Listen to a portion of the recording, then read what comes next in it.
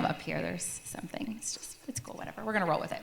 Okay, so the holidays are coming fast. This morning, my daughter turned on the radio, and 98.5 is all Christmas already, which is crazy. I'm not quite ready. Day after Halloween, like the Cokes with the Santa Claus were already on them. Like, it is coming whether you're ready or not.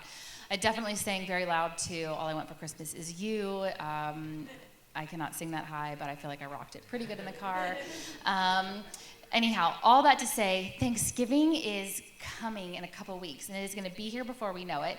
And I'm so excited. This year, we are doing something new. We're doing Thanksgiving together, and we are offering a space, one of those greater spaces that we're creating for folks here in Gainesville, for those college students who are staying here in town this year and not going home, for folks who maybe just aren't able to travel this year or who don't have family close enough, or for folks who maybe aren't welcome to go back just because of their beliefs or different things. So we are offering a space here.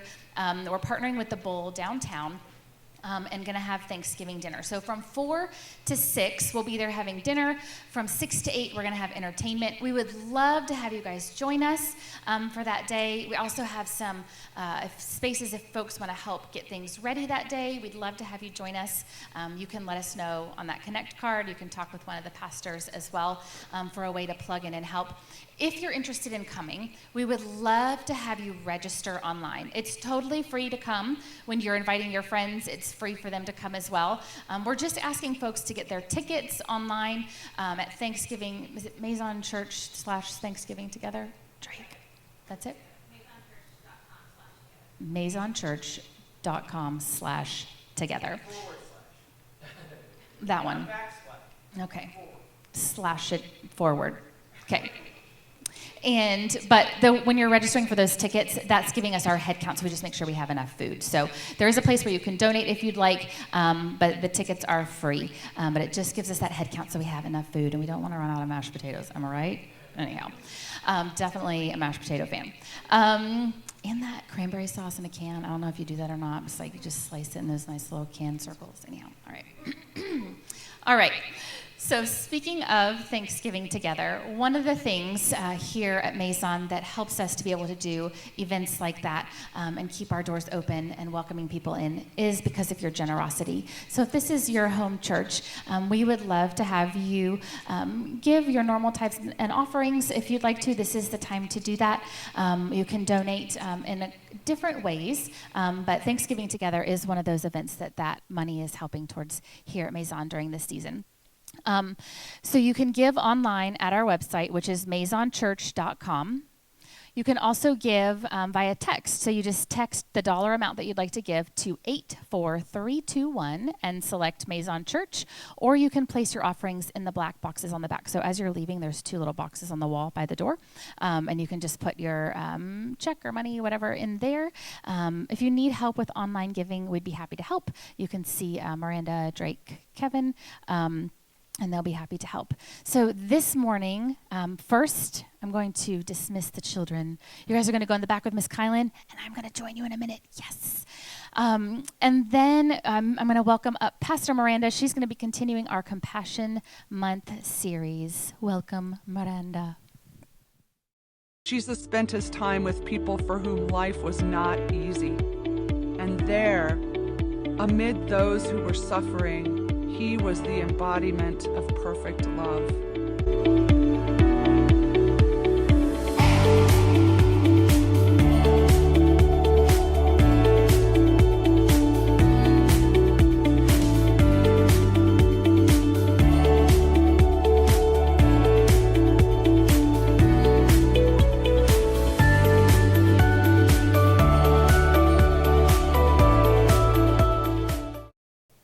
Thank you. It's November, and usually that's our time when we're all posting our things, all the things we're grateful for, right? On Facebook or social media or wherever else.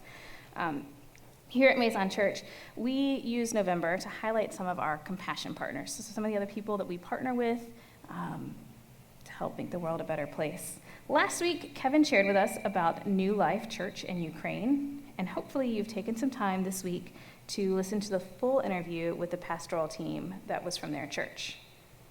Now, When I grew up in church, and I was always hearing the great commandment to go and make disciples. And I always thought for me, maybe that would include like going far away from my home on a mission trip, maybe internationally to Africa or Haiti to assist in a medical mission, or maybe it would be domestically to another state to serve an impoverished community, or maybe help after a natural disaster. I never went on a trip like that as a teen. In college, I was pretty focused on pursuing my degree, and I never really pursued such a trip. Scott and I got married right after I graduated, shortly after I graduated, and I began teaching. And I'd kind of forgotten about my dream to go on a mission trip. Well, we had our first child, and the church we were in, they offered a medical mission trip to Haiti. Scott went, and I stayed home. Can't really take an infant on a medical mission trip. And that was the point when someone told me that maybe my mission field wasn't in some faraway place, but maybe it was right here at home, loving and caring for those who are around me. Now, maybe you've been on a mission trip, or maybe you have the desire also to go on one. Or maybe you're like me and you're in a season where home is your primary mission field. In 1 John 3, we're given these words. This is how we know what love is. Jesus Christ laid down his life for us, and we ought to lay down our lives for our brothers and sisters. If anyone has material possessions and sees a brother or sister in need, but has no pity on them, how can the love of God be in that person? Dear children, let us not love with words or speech, but with actions and in truth. Learning that home is my mission field in this season means that I can pour my actions into loving those around me, sharing truth to those in my circle of influence. Our church uses Compassion Month to look at the ways we can love each other, not just with words, love others, not just with words or speech, but with actions and in truth. Now, when we initially started selecting compassion partners, we didn't want to just randomly pick people, randomly pick organizations. We wanted to find organizations that weren't also supported by all the other churches here in town. We also desired to make sure our compassion partners had some sort of tie to our community. So for our international partners, La Famille in Haiti was founded by Jethro Decimus. He served as a season in Newberry as a soccer coach, and that's where we made some connections with him. Mescal's Children's Center of Hope is an organization in Africa that one of our original core leaders has ties with. And Kevin shared last week about our ties to New Life Church in Ukraine. It was important to us also that our partners were diverse in nature, targeting international, domestic, and local causes. Strangely, international and local partners with ties to our community were much easier to find. It's been more challenging to find partners who serve the whole U.S. that we have connections with. So for domestic partners, one of the first organizations that we partnered with that mostly fits this category is RIP Medical Debt. They buy medical debt for pennies on the dollar, and then through contributions, they just write the debt off. So I have a quick little video that I wanted to share with you guys about them.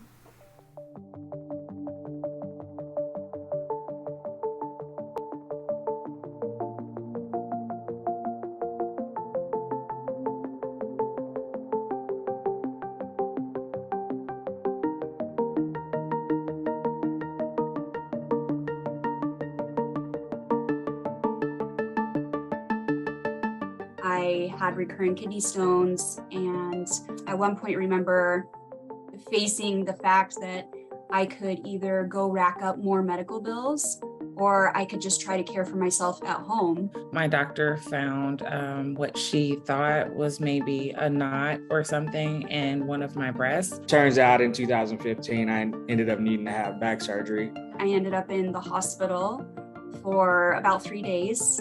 And of course, That was more of a medical bill than, I had been originally trying to avoid. And she sent me to have a mammogram. They decided to do an ultrasound instead. And so it resulted in me getting an almost $500 bill some months later. In several different hospitals, I was transferred to like 3 different hospitals.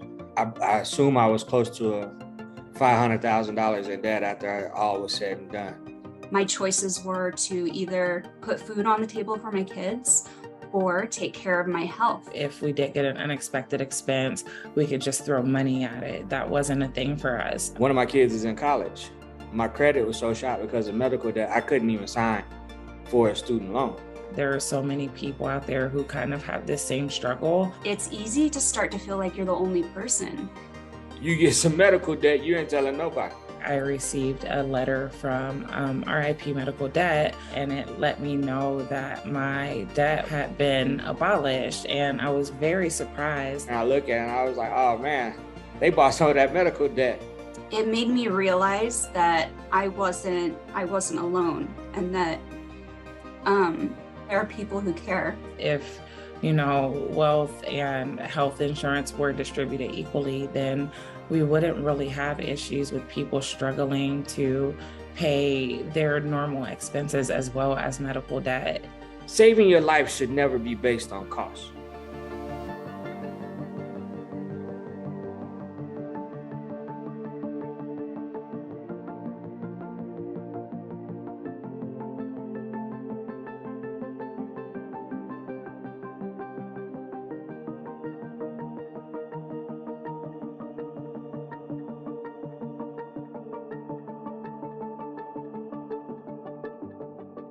In 2021, we actually took 10% of all the year-end giving and we put it towards a campaign to forgive medical debt.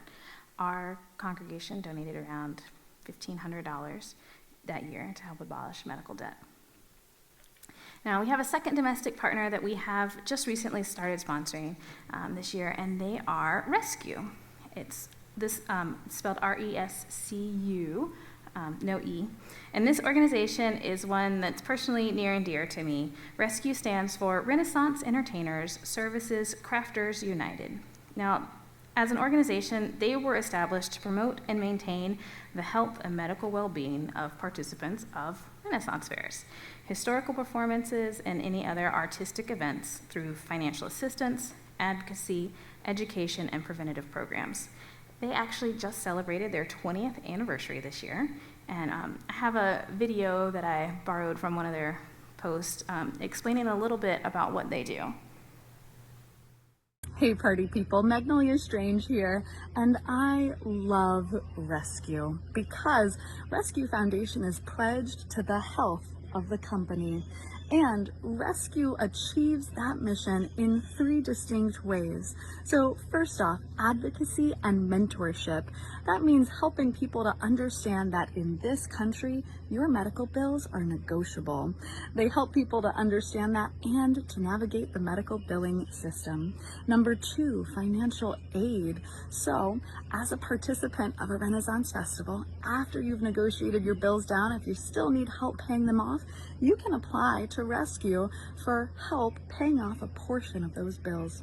And third, Rescue provides preventative and educational programming like CPR first aid trainings, mental health first aid trainings, and more.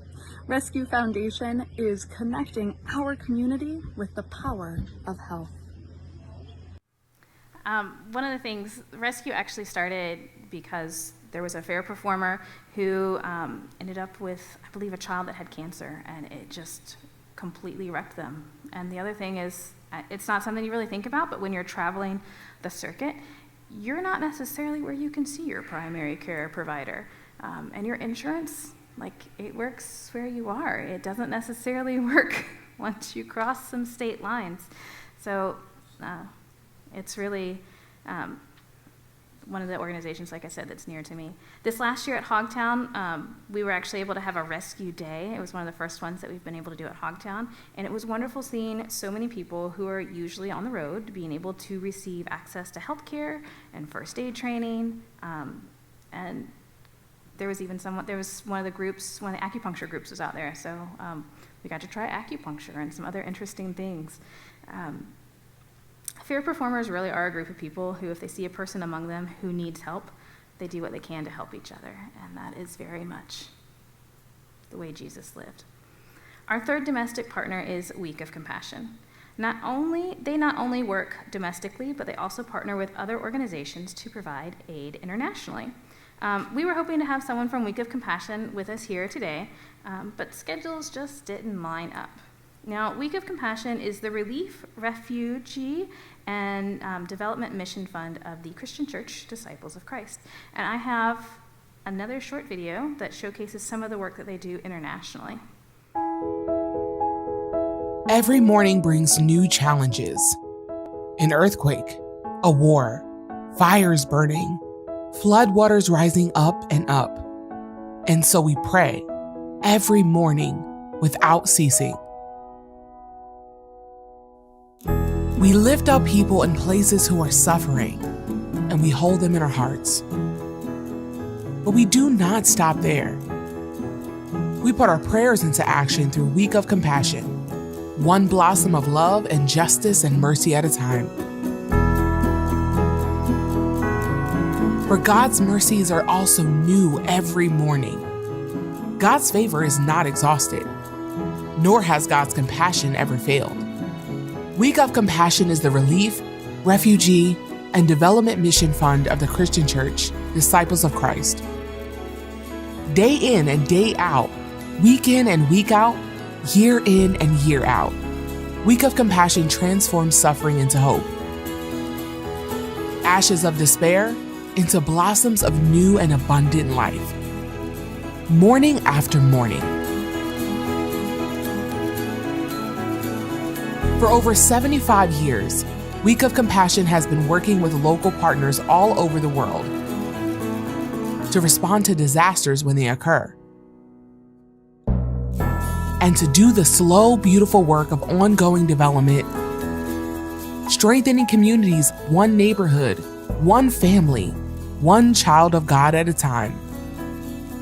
Because of your generosity, women are learning to become beekeepers in Haiti. Churches in Tornado Alley are rebuilding. Afghan refugees are being resettled. And Ukrainian families are finding long-term support.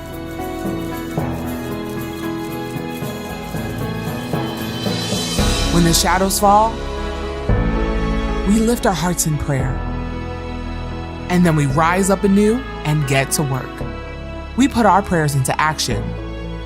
A vibrant rainbow of hope for a new future.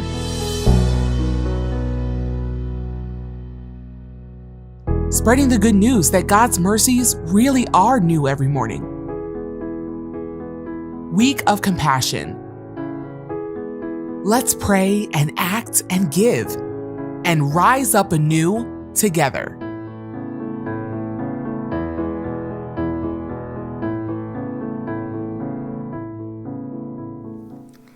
I did find a very interesting map on their website that shows all of the places that they have done work domestically in the last few years. Now, there are quite a few dots on the map. Hopefully you can see those. The red dots there, the red dots, which are the majority of them, show places where Week of Compassion has provided aid for disasters, such as the dot on Florida is from hurricane relief. We went and helped with some of that last year. There's a dot in Kentucky from where they've provided long-term tornado relief. There's also a handful of purple dots. Those purple dots are where Week of Compassion has helped provide refugee relief. In this next video, you're going to hear some stories of Week of Compassion making an impact domestically. My name is Sammy Deacon. I'm the long-term project leader here at our Dayton site. So in 2019, there were 15 tornadoes that hit the Dayton area in one night. And they just kept coming all night long, into the same area, sometimes over top of each other. In this area, 8 huge apartment complexes were wiped out, and that eliminated a lot of housing for a lot of people. Our ministry here is to work with the long-term recovery group. They've identified and vetted clients that need help. We help the disabled, the single parent homes, those who have been taken by fraudulent contractors, people who are handicapped that have no other way to recover on their own, and we assist them with that recovery. And it's a blessing to be able to do that. The family that we're currently working with is a large family, and they have not been able to live together in the 2 years since they had to leave their home after the night after the tornado. They had been so taken advantage of by the contractor that they had started to give up hope of ever getting anywhere with their home. And then we were able to come in and in 3 weeks have done more than she said that the contractor had done in months and months and months. And she just broke down in tears of joy. She said, "This is my home. I'm going to be home again." And it was just overwhelming to be able to be a part of that, to get her back in her home. In the third week of them coming in, they have fixed pretty much everything. They fixed stuff that we didn't know was broken, actually. My feelings and my thoughts about it. I mean, I'm very, very humble. When we're volunteers, we come out for a week or so, and we have to sleep in a bed that isn't ours, or take a shower in a shower that isn't ours, and we just really want to go home, but that's all they want to. They just want to go home. Being able to be a part of that is awesome.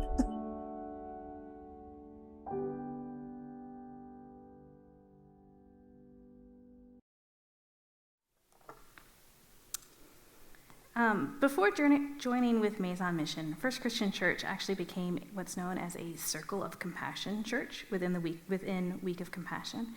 And the term Circle of Compassion was inspired by an African pastor who spoke about compassion moving as a circle. He said that sometimes we give and at other times we receive, but most times we can't tell the difference. We are blessed in both the receiving and the giving. And so the circle continues. Circle of Compassion churches are churches who've established a named fund of at least $10,000 each within the Week of Compassion Endowment Fund, and it's held in care at the Christian Church Foundation. Once established, Week of Compassion receives annual distributions from the fund in the name of the congregation. Now, this congregation became a Circle of Compassion church under the leadership of Dan Webster. And throughout the whole denomination, anybody want to take any guesses on how many churches there are that are Circle of Compassion churches? 5? I heard 5, I heard 10. You want to guess, Don? Did you look it up? I know, but I'm not going to say. There are actually 76 churches who are Circle of Compassion churches. And of those 76 churches, 13 of them are considered legacy churches with congregations that no longer gather. I'm going to go ahead and have the band come back up. The last thing that I'd like to make sure you know is that your giving throughout the year is what funds our compassion efforts. It's what helps to make this world a more compassionate place. We take 10% of all of the donations that you give, and we put them into a special account to use for compassion. So if you give $30, we put $3 in the account. If you give $100, we put $10 in the account. If you give $1,000, we put $100 in the account. As of the end of October, we had, as of the end of October, $5,263 had been put into the compassion account for 2023. And we've actually been able to give out $5,222 out of our compassion efforts towards other compassion efforts. Out of our compassion, you got it. That number doesn't include the money that's been given specially for noisy offerings, so that's not included in that first $5,000. And you guys are such a generous congregation. Now, this year, instead of putting the 10% from our November contributions into our compassion account, we are actually going to take them and donate them directly to Week of Compassion. Now, in James, we are asked not to love with words or speech, but with actions and truth. As a church, we want to love others not only with our words, but also with our actions. Kevin last week said that your compassion fuels our generosity. I'd like to add that it very much becomes a circle of compassion, because your actions of generosity also fuel our compassion. Maybe one day, Meizon Church will be able to lead some more mission trips outside of our city, but for now, our actions of generosity help to make the world a better place. If you'll pray with me. Lord, I thank you for all of the generosity. I thank you for our compassion partners who are generous and working with other organizations, and how the ripples of compassion just flow out. In your name I pray. Amen.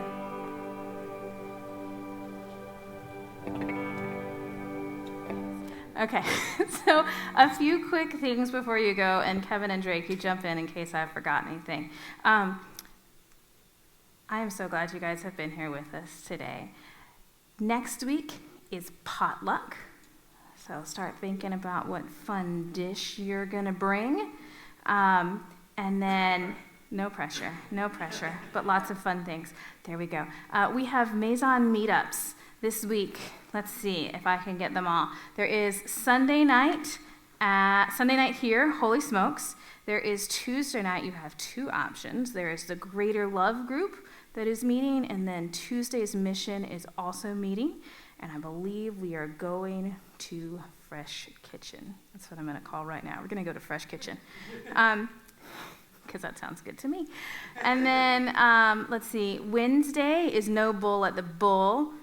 There's not a group on Thursday, but Friday we have our Connect group, and we'll be playing games in the Commons, so you are welcome to come join us for that. And then, is there a Saturday thing? Nope, and then we're back around to Sunday. Oh, see, there's my slides. Potlucks next week. Is there another one after that? You belong here, that's right. Thank you. What's up? What you got? The tickets for Thanksgiving Together, Mm-hmm. you don't have to pay to come. You don't have to pay to come, but if you would like to do a meal sponsorship to help pay for any of the things. Well, all of the tickets are, hopefully the tickets are going to help us have a larger donation for the Pride Community Center. Yeah, the tickets, those meal sponsorships go to the Pride Center. All right, we will see you next week. Or sometime during the week, hopefully.